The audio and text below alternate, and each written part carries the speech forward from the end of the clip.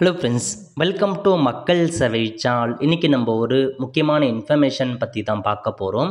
அதாவது தமிழக பள்ளி மாணவர்களுக்கு பள்ளி கல்வித்துறை ஒரு முக்கிய அறிவிப்புகளை வெளியிட்டிருக்காங்க. புதிய கல்விக் கொள்கையை கொடுத்துருக்காங்க. இப்போ இதை பற்றின மொத்த இன்ஃபர்மேஷன் தான் இந்த வீடியோ பார்க்க போகிறோம்.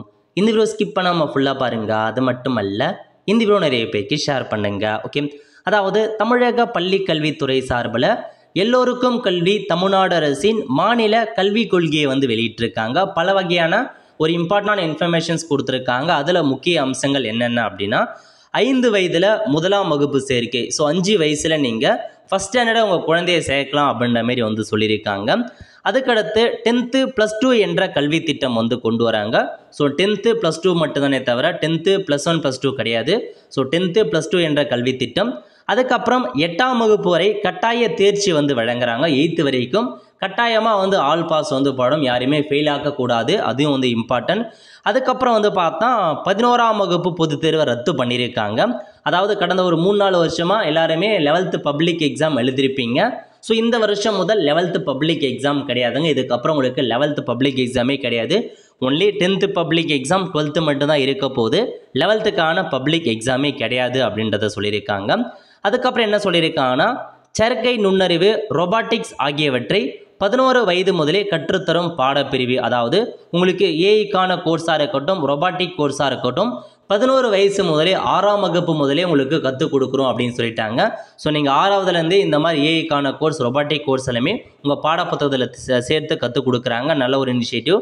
அதுக்கப்புறம் ஆங்கிலத்தில் திறன் பயிற்சி. ஸோ ஆங்கில திறன் பயிற்சி வழங்குறாங்க. ஆங்கிலம் நல்லா உங்களுக்கு ட்ரைனிங் கொடுப்பாங்க. அதுக்கான திறன் பயிற்சி வழங்குகிறோம் அப்படின்றதையும் சொல்லியிருக்காங்க. நெக்ஸ்ட்டு ஆங்கிலம் மற்றும் தமிழ் என்ற இருமொழி கொள்கை. ஸோ தமிழகத்தில் ஆங்கிலம் மற்றும் தமிழ் மட்டும்தான் இருக்கணும் அப்படின்ற மாரி இருமொழி கொள்கை கொண்டு வந்திருக்கோம் அப்படின்றத சொல்லியிருக்காங்க. ஸோ தமிழ் மற்றும் ஆங்கிலம் மட்டும்தான்.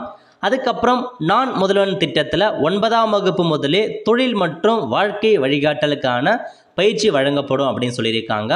நான் முதல்வன் ஸ்கீம் மூலமாக உங்களுக்கு தொழில் ரீதியான பயிற்சி வழங்குறாங்க. நிறையா கோர்சஸ் ஆஃபர் பண்ணுறாங்க.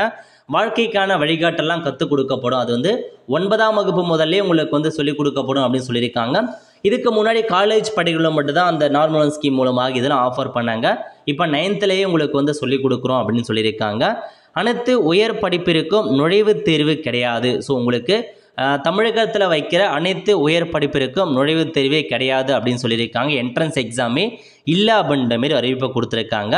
இதுதாங்க உங்களுக்கான முக்கிய அம்சங்கள். ஸோ ஸ்கூல் படிக்கிறவங்களுக்கு இதில் எல்லாமே முக்கிய அம்சமாக கொண்டு வந்திருக்காங்க.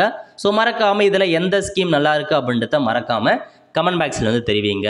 அவ்வளோ ஃப்ரெண்ட்ஸ், கண்டிப்பாக இந்த வீடியோ பிடிச்ச லைக் பண்ணுங்கள். அது மட்டும் அல்ல, இந்த வீடியோ நிறைய பேருக்கு ஷேர் பண்ணுங்கள். அடுத்த ஒரு நிலையில் சந்திப்போம். நன்றி, வணக்கம்.